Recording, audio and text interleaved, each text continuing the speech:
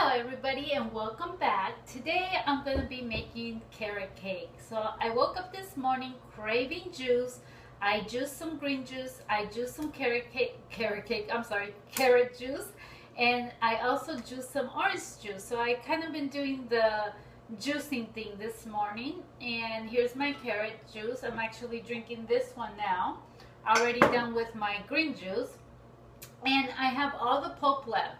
So because I have all this pulp, I always hate to let it go to waste. Very easy to make. So I'll be doing the carrot cake in a minute, but before we do that, I want to make the frosting. Now, the frosting recipe is going to be the same recipe that I have for whipped cream. If you go back on my videos, you could get that, you could see that recipe for the whipped cream, because what happened when I froze that, you could actually freeze it. Once you make this, you could freeze it and put it away. So when I froze it and I took it out and I whipped it, it was like a frosting and also a whipped cream. So you could either use it for either one, frosting or whipped cream. It's a delicious recipe. So what you're gonna need is 1 cup of soaked cashew nuts that I have here. And you're gonna need 3 pitted dates soaked in water. Make sure they're soaked in water and they're kind of soft. And you're gonna put that in the blender as well. Now you could save the water from the pitted dates in case we use it, but we might not, because what you want is you want your frosting to be kind of thick. Okay, next you're gonna put in about 2 tablespoons of coconut butter. Now I use artisan, as you can see right here, artisan coconut butter, and it's really thick like that. And I like using the coconut butter because opposed to just using the oil, it will, if the frosting is out room temperature, it's gonna thin it out with the oil. So the coconut butter works excellent with this. So you're gonna put the 2 tablespoons, I would say 2 or 3 tablespoons of coconut butter. I didn't quite measure, I just put them in this little glass thing. And I have the juice of 1 lemon, so I'm going to just put about half. So you could start with half a juice. It depends if you want your frosting to have that lemony taste, or if you want it more of a vanilla taste, you could add more. But I'm going to put 1 teaspoon of vanilla. So either one, add more vanilla if you want a vanilla frosting, and add more lemon if you want a lemony taste to your frosting. Some carrot cakes do have that lemony taste on their frosting, and some of them have that vanilla taste. So we're going to put that in the blender, in your high-speed blender, and we're going to blend that up. So I'm going to blend this, and you're definitely in your high-speed blender. I'm going to blend it in the Vitamix. I'm using the 750 Vitamix, and you're definitely going to need your tamper. So if you're blending it, make sure you use your tamper, because what you're going to do, I'll show you guys. You're going to start just blending it in and pushing all the ingredients towards the middle as it's blending. So let's get that started. Start always on low speed so the ingredients don't pop all the way up to the top of the blender. And then you slowly start putting it on the high speed.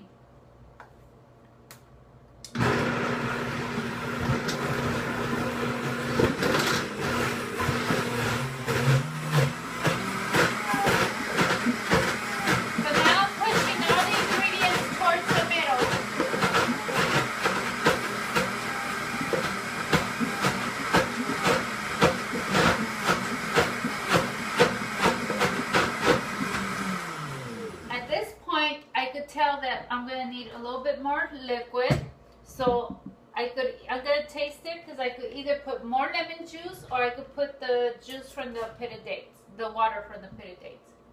Just make sure and see if it has enough lemon. Oh, that's good. I could definitely taste the lemon, so I think I'm going to go with the juice from the dates. Okay, just a little bit. And I'm gonna blend that and I'll be right back and I'll see how it comes out, okay?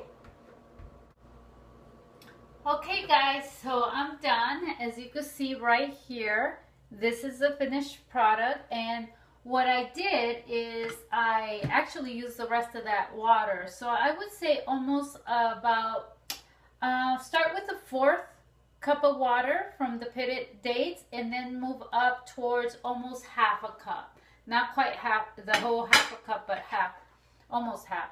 Let me taste. Oh, this is really good, you guys. And it's not super sweet. So I did that on purpose. You could add 4 dates instead of 3 dates if you want it sweeter. But since I'm adding the coconut and everything else, and then the carrot cake's gonna be really sweet, I personally didn't want it too sweet. So this is perfect for me. But go ahead and add another date if you want the sweetness. And definitely, let me see. I can't really taste the vanilla, so you could go ahead and add more vanilla if you guys want that vanilla taste in it, okay, in your frosting. So I'm going to put this aside, and I'll be right back, and we're going to start on the carrot cake, okay? Okay, guys, I'm back. So what ended up happening is, here's the frosting. I had my husband taste it, and he actually thought it wasn't sweet enough, so I went ahead and I added another 2 dates.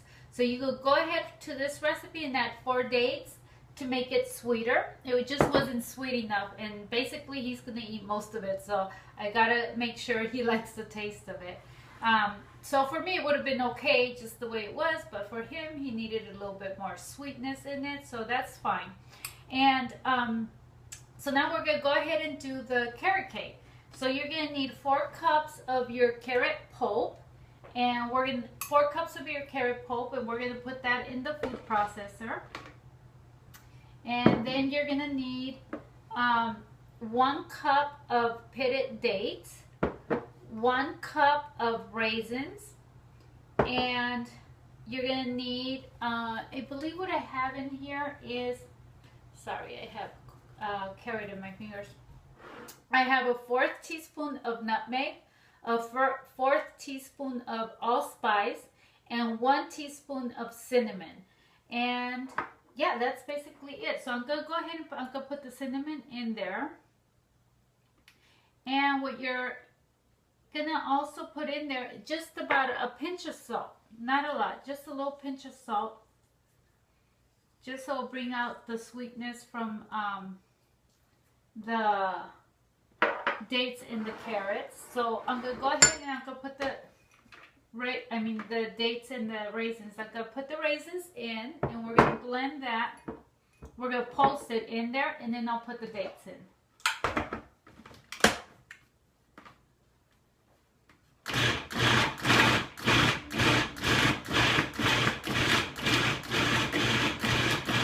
I'm pulsing it so I can make room in there for the dates. Yeah, that seems pretty good. So I'm just gonna go ahead and drop the dates in there and keep pulsing it as I'm dropping them in. And I'll be back with the finished product. Okay guys, I'm done. So it took me a little bit because I had to bring the sides down. Now keep in mind, this is a 9-cup food processor, and what I think I did is I ended up packing and pushing down the carrot pulp, and it must have been more than 4 cups because it really did ended up filling up this food processor. So keep in mind, that's what it should look like a really gooey little mess like that. It looks gooey and sticky, but it tastes really good. Let me try it. Very good, very delicious, and very sweet. Yummy. So I'm gonna go ahead and transfer this to the bowl, and then I'm gonna get my pan, and I'll be right back, and I'll show you guys how we're gonna assemble it, okay? So here it is. It's all in the bowl. Very delicious. And what I forgot to mention earlier, ooh, the sun's glaring in. What I forgot to mention earlier is that you could also chop up some walnuts and add them to your carrot cake. I like walnuts in mine, so I'm gonna add that. You don't have to. That's totally up to you. It's you know, everybody's preference. So I'm gonna put some walnuts in there because the carrot cake is so sweet. I think that the walnuts is just gonna bring that sweetness a little bit down when you're taking that bite. It's nice to have a little bite of something else.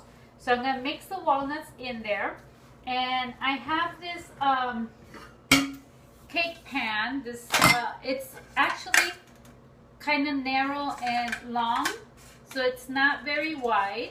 And the reason I want to make it here is because I want to make it in layers. I want to cut it, and I want to see beautiful layers of the frostings. So what I'm gonna do is I'm gonna start putting the cake layers and then the frosting and the cake and the frosting, and I'll be back when it's done. I'm assembling this, but here is the finished product. So I'm gonna go ahead, like I said, I'm gonna put this in the freezer for a little bit. I would say between half hour to an hour, and I'll be back and I'll open the spring cake pan and I'll show you guys how it looks. So here it is. It's all ready. So I just took it out of the freezer. It was in there for, I would say, about an hour and a half or so. So I'm going to take the spring form out and see what it looks like.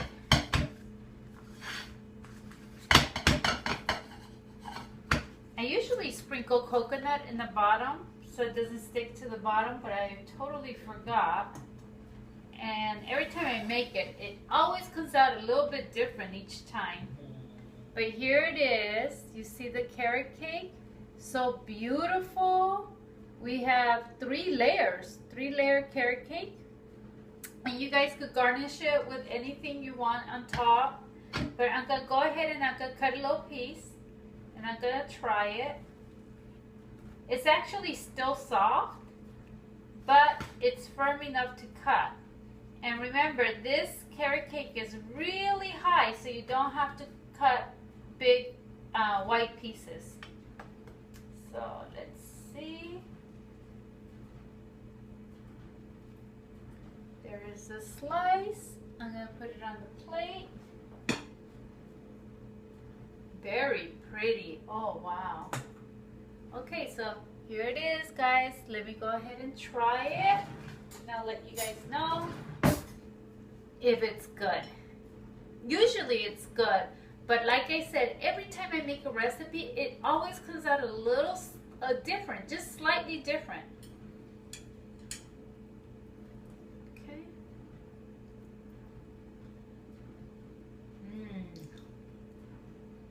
Wow. Very moist. Very delicious. I'm glad I added the dates to the frosting because I could actually taste the sweetness in the frosting as well. Very good. Yummy. I hope you guys enjoyed the video. And here's a delicious layered carrot cake. So go ahead and try making this, you guys, next time you juice a lot of carrots. It's a great dessert to make for your family after dinner once you're done juicing for the day. And I hope you guys enjoyed this video. If you like it, please give me a thumbs up. And please subscribe to my channel. And I'll continue to bring recipes so you guys can stay eating raw. Bye.